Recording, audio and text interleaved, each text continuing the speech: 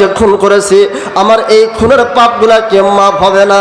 তখন এইবার দরবেশ সাহেব বলতেছে, ভাই রে, 2-1টা মানুষকে খুন করে তো মাপ পাওয়া কঠিন, আর তুমি খুন করেছো 99টা, আমার আল্লাহ এতগুলা খুনের পাপ মাফ করবে না, ফিরে যাও। তখন লোকটা চিন্তা করলো, 2-1টা মানুষকে খুন করে যদি মাপ পাওয়া না যায়, 99টা মানুষকে খুন করে যদি মাপ পাওয়া না যায়, তাহলে এই দরবেশ সাহেবকে বেঁচে রেখে কি লাভ? তখন অস্ত্র বের করে দরবেশ সাহেবকেও হত্যা করে ফেললো। খুন হয়ে গেল কয়টা? 100টা। 100টা খুন করার পরে লোকটার ভিতরে আরো ভয় বেশি হয়ে গেল। হায় হায়, আমি কি করলাম? দেখতে দেখতে আমি 100 জন মানুষকে খুন করলাম, আমার এই খুনের পাপগুলা মাফ হবে কিনা? মানুষদেরকে জিজ্ঞাসা করতেছে, মানুষেরা বলতেছে, ভাইরা, এটা তো আমরা বলতে পারবো না, তবে ওই গ্রামে যান, ওই গ্রামে একজন হক্কানি আলেম আছে, সেই হয়তো বলতে পারবে এই 100টা খুনের পাপ মাফ হবে কিনা। তখন এই লোকটা এইবার হক্কানি আলেমের গ্রামের দিকে হাঁটা আরম্ভ করে দিল। লোকটা যখন রাস্তার মাঝখানে যখন চলে গেছে, তখন আল্লাহ পাক মালাকুল মউতকে বললেন, ফেরেশতারে, দেরি করো না, তাড়াতাড়ি তুমি এই লোকটার জানটা কবজ করে ফেলো। বলেন সুবহানাল্লাহ। ভাইজান যেতে পারলো না, লোকটা রাস্তার মাঝখানে মরে পড়ে রইল। সেখানে 2 দল ফেরেশতা হাজির হলো, জান্নাতের ফেরেশতারাও আসছে, জাহান্নামের ফেরেশতারাও আসছে। জান্নাতের ফেরেশতারা কয়, এই লোকটা ক্ষমার জন্য হক্কানি আলেমের গ্রামের দিকে যাইতেছিল, সুতরাং তার রূহটাকে আমরা জান্নাতের দিকে নিয়ে যাব। জাহান্নামের ফেরেশতারা কয়, না না, এই লোকটা খুন করেছে 100টা, সুতরাং তার রূহটাকে আমরা জাহান্নামের দিকে নিয়ে যাব। এই বলে 2 দল ফেরেশতা ঝগড়া লাগাইলো। আমার আল্লাহ পাক ফয়সালা করার জন্য বললেন, হে ফেরেশতারা, তোমরা ঝগড়াঝাটি করো না, তোমরা একটু জমিনটা মেপে দেখো, আমার এই বান্দার লাশ যদি হক্কানি আলেমের গ্রামের দিকে বেশি পড়ে থাকে, তাহলে আমার বান্দা জান্নাতি, আর হক্কানি আলেমের গ্রামের দিকে লাশটা যদি বেশি না থাকে, তাহলে লোকটা জাহান্নামী। এইবার ফেরেশতারা জমিন মাপা আরম্ভ করে দিল।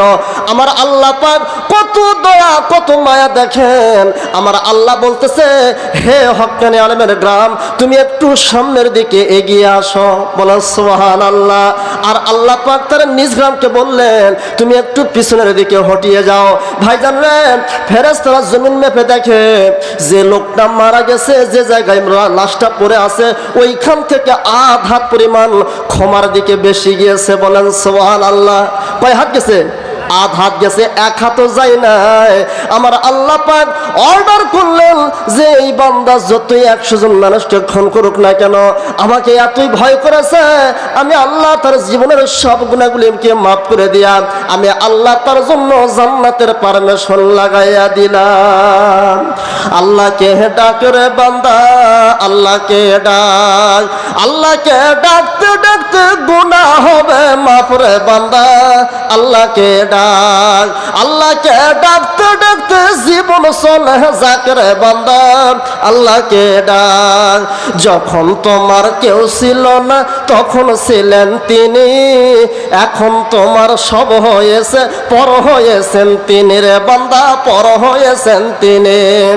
আবার তোমার কেউ থাকবে না, তখন থাকবেন তিনি রে বান্দা, আল্লাহকে ডাক, আল্লাহকে ডাক রে বান্দা, আল্লাহকে ডাক, আল্লাহকে ডাকতে ডাকতে গুনাহ হবে মাফ রে বান্দা, আল্লাহকে ডাক।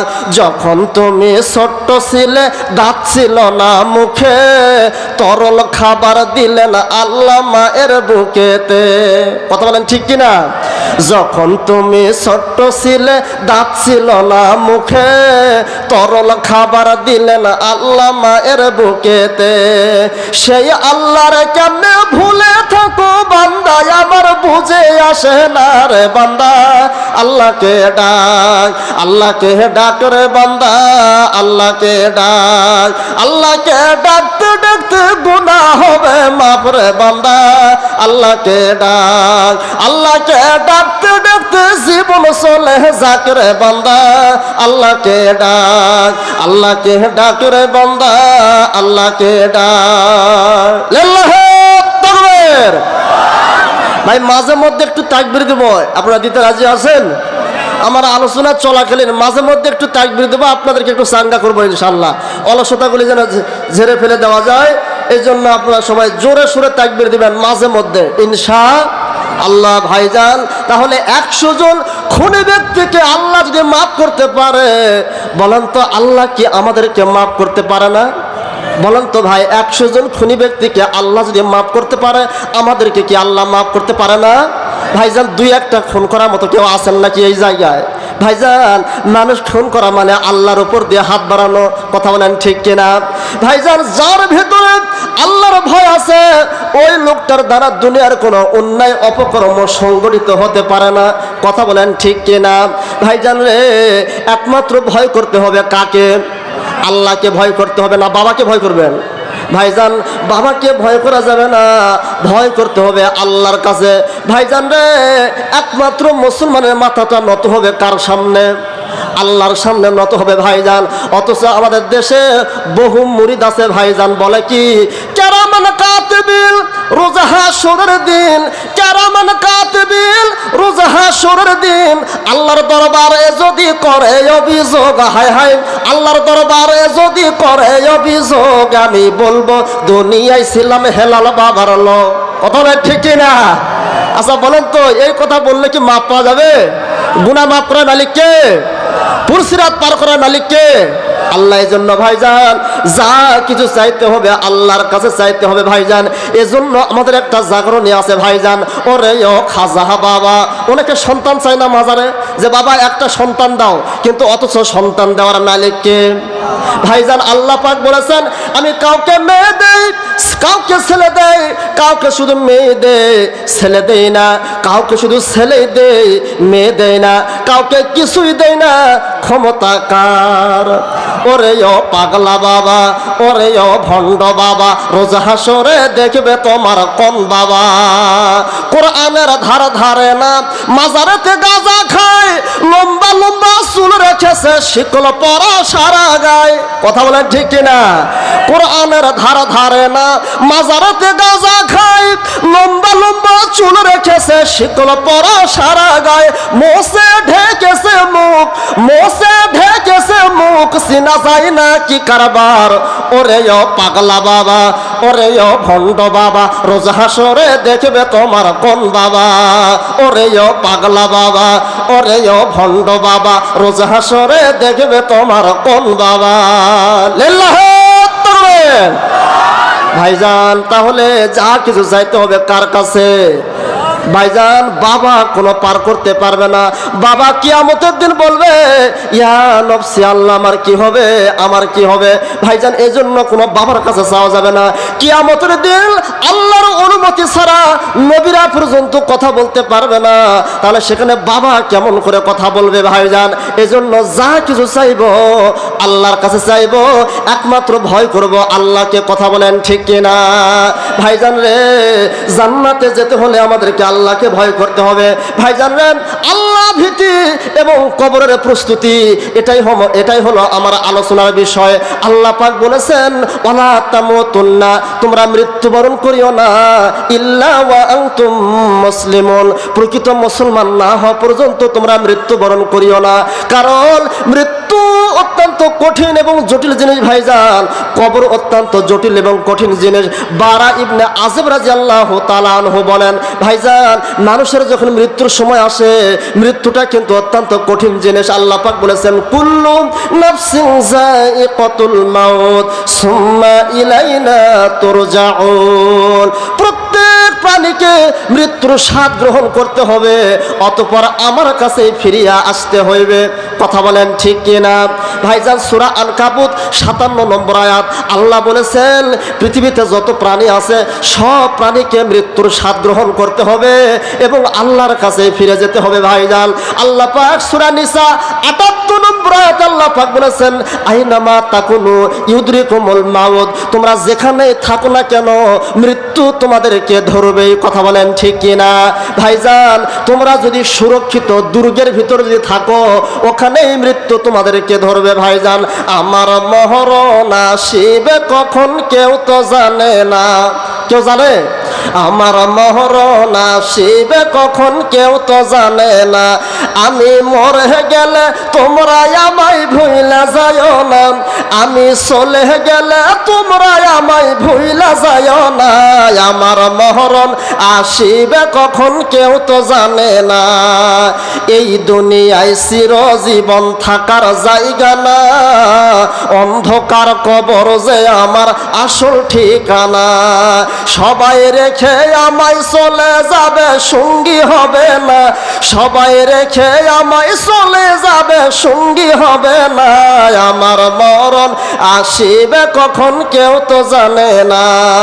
আমি মরে গেলে তোমরা আমায় ভুইলা যাও না, আমি চলে গেলে তোমরা আমায় ভুইলা যাও না, আমার মরণ আসিবে কখন কেউ তো জানে না। লিল্লাহে তাকবীর। ভাইজান, মরণটা যে কখন আসবে বলা যাবে না। বারা ইবনে আযিব রাদিয়াল্লাহু তাআলা আনহু বলেন, আল্লাহ রাসূল সাল্লাল্লাহু আলাইহি ওয়াসাল্লাম বলেছেন, যখন একটা মুমিন ব্যক্তির মৃত্যু যখন আসে ভাইজান, মুমিন ব্যক্তির মৃত্যু যখন আসে তখন মালাকুল মউত ফেরেশতা তার কাছে চলে আসে জান্নাতি কাপড় নিয়ে, জান্নাতি সুগন্ধিযুক্ত কাপড় নিয়ে। তার কাছে অনেকগুলি সূর্যের মতো উজ্জ্বল ফেরেশতা তার কাছে হাজির হয়। মালাকুল মউত ফেরেশতা মুমিন ব্যক্তির মাথার শিয়রে এসে বলে, হে পবিত্র আত্মা, বের হয়ে আসো, আল্লাহর ক্ষমার দিকে তুমি বের হয়ে আসো, আল্লাহর সন্তুষ্টির দিকে তুমি বের হয়ে আসো। ভাইজান, মুমিন ব্যক্তির আত্মাটা এমনভাবে বের হয়ে আসে যেমনই ভরা কলসি থেকে পানি যেরকম পড়ে। ভাইজান, ভরা কলসি থেকে পানি পড়তে সহজ হয় না, কষ্ট হয়? সহজ হয় না? ভরা কলসি থেকে পানি যেরকম সহজেই পড়ে যায়, তেমনি মুমিন ব্যক্তির আত্মাটা আজরাইল ফেরেশতার হাতে ধরা দেয়। ভাইজান, এমন ভাবে ধরা দেয় ভাইজান যেমনই কলসি থেকে পানি পড়ে, আর জান্নাতি সুগন্ধিযুক্ত কাপড় দিয়ে মোড়াইয়া ওই আত্মাটাকে নিয়ে যাওয়া হয় আসমানের প্রথম দরজায়। আসমানের প্রথম দরজায় গিয়ে দরজাটাকে নক করা হয়। এইবার প্রথম আসমানের ফেরেশতারা বলে, কার আত্মা কবজ করে নিয়ে এসেছো? এত সুগন্ধময়, এত সুগন্ধিযুক্ত আত্মা কার? তখন এইবার ফেরেশতারা বলে, এটা দুনিয়ার উমুকের বেটা উমুকের জান কবজ করে নিয়ে এসেছি, ভালো পরিচয় দিয়ে বলবে। এইবার প্রথম আসমানের ফেরেশতারা মারহাবা মারহাবা দিতে আত্মাটাকে নিয়ে যাবে দ্বিতীয় আসমানে, তারপরে তৃতীয় আসমানে, তারপরে চতুর্থ আসমানে, তারপরে পঞ্চম আসমানে, এরপরে ষষ্ঠ আসমানে, তারপরে সপ্তম আসমানে। এইভাবে আত্মাটাকে স্বাগত দিয়ে স্বাগত জানিয়ে নিয়ে যাওয়া হবে ভাইজান। তারপরে ইল্লিন নামক দপ্তরে তার নামখানা লেখা হবে। লেখার পরে ওই আত্মাটা কবরে ফিরিয়ে দেওয়া হবে। ফিরিয়ে দেওয়ার পর ভাইজান মুনকার এবং নাকির দুইটা ফেরেশতা কবরে হাজির হয়। হাজির হওয়ার পরে লোকটাকে কবরে উঠিয়ে বসাবে। বসানোর পরে বলবে, মান রব্বুকা, তোমার রব কে ছিল? তখন লোকটা যেহেতু মুমিন ছিল, তখন লোকটা বলবে, আমার রব হলো আল্লাহ। রব কে? সবাই বলেন, রব কে? আল্লাহ। লোকটা মুমিন হওয়ার কারণে বলবে, আমার রব হলো আল্লাহ। তারপরে 2 নম্বর প্রশ্ন করবে, ওমা দীনুকা, তোমার দিন ধর্মের নাম কি? তখন লোকটা আল্লাহর একমাত্র মনোনীত ধর্মের নাম বলবে, ইন্নাদ দীনা ইনদাল্লাহিল ইসলাম। ও ফেরেশতারা রে, আল্লাহর কাছে একমাত্র দিনের নাম হলো ইসলাম। দিনের নাম কি? ইসলাম। 3 নম্বর প্রশ্ন করবে, মান নবিউকা, তোমার নবী কে ছিল? তখন লোকটা যেহেতু সুন্নত মেনেছিল, মুখের মধ্যে দাড়ি রেখেছিল, তখন লোকটা বলবে, আমার নবী হচ্ছেন মুহাম্মাদুর রাসূলুল্লাহ সাল্লাল্লাহু আলাইহি ওয়াসাল্লাম। এই 3টা প্রশ্নের জবাব যখন দিতে পারবে, তখন ফেরেশতারা আরেকটা প্রশ্ন বেশি করবে। সেই প্রশ্নটা হলো, কাইফা ইউদ্রিকা, তুমি কেমন করে জানতে পারলে রব্বি আল্লাহ দ্বীনুল ইসলাম, নবী মুহাম্মদ সাল্লাল্লাহু আলাইহি সাল্লাম কেমন করে তুমি জানতে পারলে? তখন লোকটা বলবে, করাআতু কিতাবাল্লাহ, আমি আল্লাহ পাকের কিতাব কোরআন পড়ে জানতে পেরেছি। জোরে বলেন সুবহানাল্লাহ। তাহলে এই কিতাব, এই কোরআন আমাদের সন্তানদেরকে শিক্ষা দেওয়ার দরকার আছে না নাই? ভাইজান, অবশ্যই সন্তানদেরকে ইয়াকুব আলী খান আমার ভাই মাদ্রাসা তৈরি করতে চাচ্ছেন, মাদ্রাসায় ভর্তি স্থাপন করেছেন, এই মাদ্রাসায় সন্তানদেরকে পড়াবেন। আপনি মারা গেলে এই সন্তান চোখ দিয়ে পানি ঝরাবে আর কান্নাকাটি করবে, দোয়া করবে, রব্বির হামহুমা কামা রব্বায়ানি সগীরা, রব্বির হামহুমা কামা রব্বায়ানি সগীরা, এই বলে আল্লাহর কাছে দোয়া করবে ভাইজান। আল্লাহ নেককার সন্তানের দোয়ার বদৌলতে আল্লাহ পিতামাতাকে জান্নাত দান করবেন, বলেন সুবহানাল্লাহ। ভাইজান এইবার এই 4টা প্রশ্নের জবাব যখন দিতে পারবে তখন আল্লাহ পাক বলবেন, আরশে আজিম থেকে আল্লাহ পাক জবাব দিবেন, আমার বান্দা সত্য কথা বলেছে, রব্বি আল্লাহ দ্বীনুল ইসলাম, নবী মুহাম্মদ সাল্লাল্লাহু আলাইহি সাল্লাম সে সুন্দরভাবে বলতে পেরেছে, সুতরাং আমার বান্দাকে আর বিরক্ত করো না, আমার বান্দার কবরে তোমরা জান্নাতের বিছানা বিছিয়ে দাও, বলেন সুবহানাল্লাহ। আমার বান্দার শরীরে তোমরা জান্নাতের পোশাক পরিয়ে দাও, আর আমার বান্দার কবরটাকে তোমরা প্রশস্ত করে দাও। কত বড় করে দেওয়া হবে? ডান দিকে তাকাইলে যতদূর সে দেখতে পাবে, বাম দিকে তাকাইলে যতদূর সে দেখতে পাবে, এত বড় কবরটাকে বড় করে দেওয়া হবে, বলেন সুবহানাল্লাহ। ভাইজান ফেরেশতারা বলবে, বান্দারে তুমি ঘুমাতে থাকো, যেমনই বর বাসর রাতে বউ নিয়া ঘুমায়, তুমি আরামে ঘুমাতে থাকো, যতক্ষণ পর্যন্ত ইসরাফিল ফেরেশতা সিংহার মধ্যে ফুৎকার না দিয়েছে ততক্ষণ পর্যন্ত তুমি ঘুমাতে থাকো, বলেন সুবহানাল্লাহ। এই দুনিয়া থাকবে না চিরকাল, একদিন ভাঙবে রে বাজার, কথা বলেন ঠিক কিনা? এই দুনিয়া কি চিরকাল থাকবে? থাকবে না ভাইজান, এই দুনিয়া একদিন ধ্বংস হবে ভাইজান। এই হলো মুমিন ব্যক্তির ফায়সালা, মুমিন ব্যক্তির মৃত্যু কিন্তু এইভাবে হবে। এখন একটু শুনি, বেঈমান ব্যক্তি যারা মসজিদ মাদ্রাসা ভালোবাসে না, ওয়াজ মাহফিল ভালোবাসে না, আলেমদেরকে দেখতে পারে না, টুপিদারি দেখতে পারে না, এইরকম লোক সমাজে আছে না নাই? বলেন আছে না নাই? ভাইজান মসজিদ মাদ্রাসার কথা শুনলে মেজাজ গরম হয়ে যায়, আলেমদেরকে দেখলে মেজাজ খারাপ হয়ে যায়, ওয়াজ মাহফিলের কথা শুনলে মেজাজ খারাপ হয়ে যায়, এরকম মানুষ কিন্তু আছে, অথচ নাম হলো মুসলমান। আহারে এই লোক হলো বেঈমান। বেঈমান লোকের যখন মৃত্যু আসবে তখন মালাকুল মউত ফেরেশতা আর অন্যান্য গজবের ফেরেশতারা আসবে ভাইজান, তারা অত্যন্ত কুৎসিত এবং কালো ফেরেশতারা, কালো কালো ফেরেশতারা চলে আসবে ভাইজান ওই আত্মাটাকে গ্রহণ করার জন্য। মালাকুল মউত ফেরেশতা ওই বেঈমান ব্যক্তির মাথার শিওরে বসে বলবে, হে খবিস আত্মা বের হয়ে আসো, আল্লাহর অসন্তুষ্টির দিকে তুমি চলে আসো, আল্লাহ তোমার উপরে অসন্তুষ্ট। তখন আত্মাটা বের হয়ে আসতে চাইবে না, আত্মাটা ছটফট ছটফট করবে, আত্মাটা দেহের ভিতরে দৌড়াদৌড়ি করবে। ভাইজান হাদিসের মধ্যে এসেছে মালাকুল মউত ফেরেশতা ভাইজান জাহান্নামের শট নিয়ে আসবে, ওই শট দিয়া তার আত্মাটাকে খামচে ধরবে, টেনে হেসে বের করে নিয়ে আসবে ভাইজান। বের করে নিয়ে আসার পর প্রথম আসমানে নিয়ে যাবে, কিন্তু ওই আত্মা থেকে মরা মানুষের পচা দুর্গন্ধযুক্ত ভাইজান আত্মাটা এমন দুর্গন্ধ হবে, মানুষ মরে পচে গেলে যেরকম দুর্গন্ধ বের হয় ওই রকম আত্মা থেকে দুর্গন্ধ বের হবে। এইবার প্রথম আসমানের ফেরেশতারা বলবে, কার এরকম দুর্গন্ধযুক্ত আত্মা কবজ করে নিয়ে এসেছো? এখানে কোনো জায়গা হবে না, এর আত্মাটা সপ্তম নামক জমিনের নিচে নিয়ে যাও, সিজজিন নামক দপ্তরে তার নামখানা লেখো। এইবার ফেরেশতারা আত্মাটাকে এত জোরে মাটির নিচে আসমানের প্রথম আসমান থেকে এত জোরে নিক্ষেপ করবে, আত্মাটা নিচে ফেলে দেওয়া হবে ভাইজান। এরপরে ওই আত্মাটা কবরে ফিরিয়ে দেওয়া হবে।